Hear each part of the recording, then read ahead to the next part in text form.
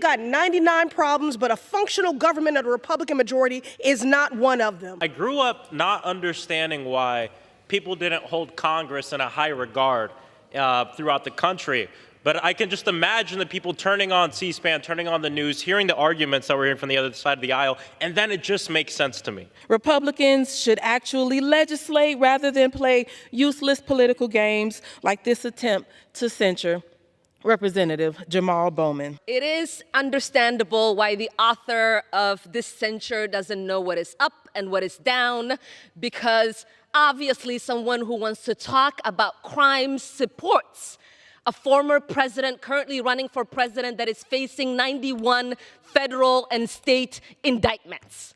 It is clear she doesn't know what is up and down, because we sit on the Education and Labor Committee together talking about how she wants to help our kids, but all she wants to do is criminalize their ability to exist as individuals. It makes sense that she doesn't know what is up and down, because she keeps talking about accountability, and she doesn't understand that criminal charges are accountability.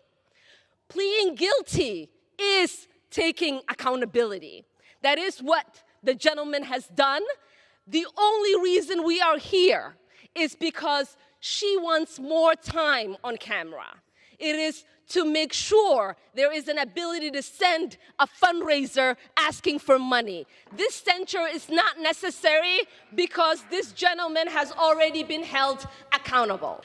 I mean, let's recap what the American people have witnessed over the last few years. A member who physically assaulted a colleague, a Republican member who tried to bring a gun on the House floor, a Republican colleague who brought January 6th insurrectionists into the Capitol. This is the least productive Congress that we've had since the Great Depression, and this entire party is pushing us towards a shutdown and economics collapse daily. But it's Congressman Bowman, who's a thoughtful former educator and staunch defender of democracy, who they want to censure. What a pathetic waste of time. No wonder half of this country doesn't vote when they turn on the TV and see their leaders wasting time like this. We need more educators in Congress like Congressman Bowman, not less. And maybe if we had some more educators here, they'd be able to give my Republican colleagues a class on how to truly govern. Thank you. I yield back.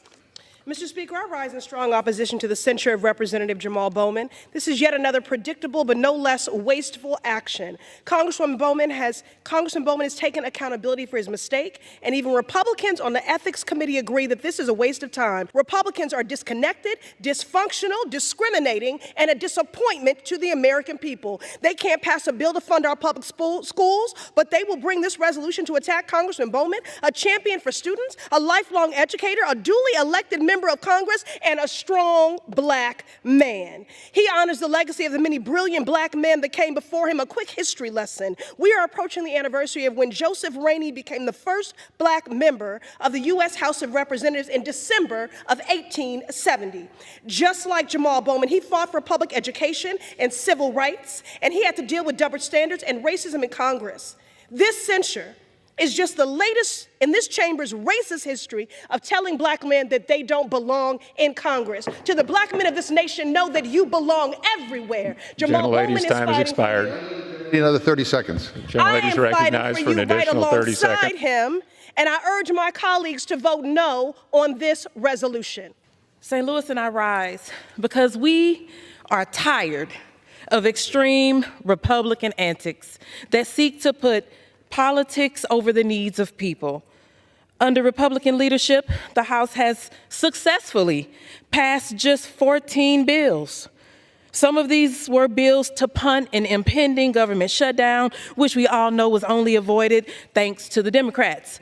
And let us not forget that their complete and utter inability to govern resulted in an entire chamber of Congress from being able to perform its basic duties for 17 days, 17 failed speaker votes, and multiple failed speaker candidates. Their house is not in order.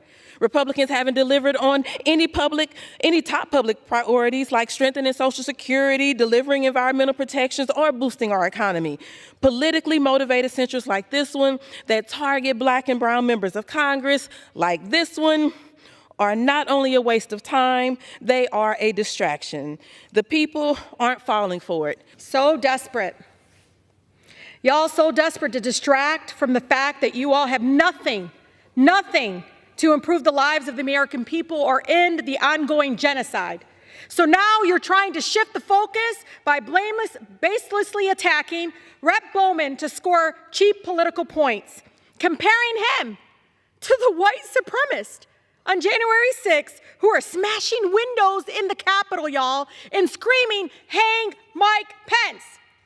Give me a break. Your inability to govern is so obvious to the American people. Y'all can't even find enough Republicans to pass a budget or even keep a speaker. This is yet another attempt to silence a person of color in this chamber. We all see it. This is all about the fact that Representative Bowman calls out your hypocrisy. Leave him alone. Get a grip. Do something that will actually improve the lives of the American people that you all represent. Vote no on this cheap political stunt. I yield. Thank you so much, Mr. Speaker. It's painfully obvious to myself, my colleagues, and the American people that the Republican Party is deeply unserious and unable to legislate. Their censure resolution against me today continues to demonstrate their inability to govern and serve the American people. Over the last 3 years, I have tirelessly fought for my district and my constituents by bringing over $125 million to the district, helping save members of our community over $7 million, and resolving over 6,500 constituent casework issues. I've introduced over 50 bills, resolutions, and amendments, and had 2 bills on STEM education passed in the historic CHIPS and Science Act. Even today, as Republicans force a censure on me, I introduced a new bill, the College Athlete Right to Organize Act, to ensure college athletes get paid for their time and hard work. No matter the result of the censure vote tomorrow, my constituents know I will always continue to fight for them. Fighting for my district includes working to prevent a government shutdown. And just over 2 months ago, I was rushing to the Capitol to vote and prevent a Republican shutdown. When I tried to exit a door that I usually go through, it didn't open, and due to confusion and rush to go vote, I pulled the fire alarm. I immediately took responsibility and accountability for my actions and pled guilty. Immediately. The legal process on this matter has played out. In no way did I obstruct official proceedings. The vote took place, and Democrats were able to ensure we avoided a government shutdown. Unfortunately, Republicans are here trying to rehash an already litigated matter, a matter in which the Republican-controlled House Committee on Ethics decided not to proceed with any further investigation.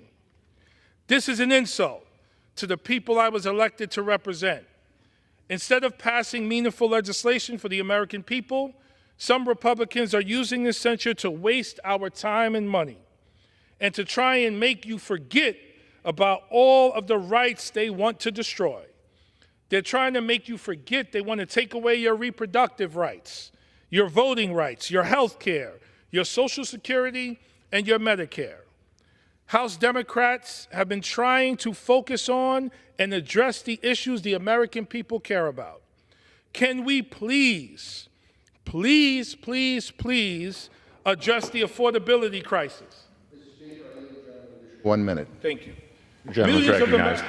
Millions of Americans are struggling to put food on the tables, pay their rent, and keep the electricity on. Can we address the issue of gun violence? Just this week, we broke the record for the most mass shootings in a year, and we've lost over 35,000 people due to gun violence. Can we address our crumbling public school infrastructure? Kids are learning in schools with asbestos, no air conditioning, and mold, and it's hurting their ability to learn, grow, and thrive. Can we put an end to our massive spending on weapons and war and instead invest in our communities and our kids? The number one thing I tried to do as a middle school principal and as an educator for 20 years was to teach my students when they made a mistake, they owned up to it, they took responsibility, and they held themselves accountable. That's exactly what I did, and yet we are still here. Thank you, Mr. Speaker, and I yield back.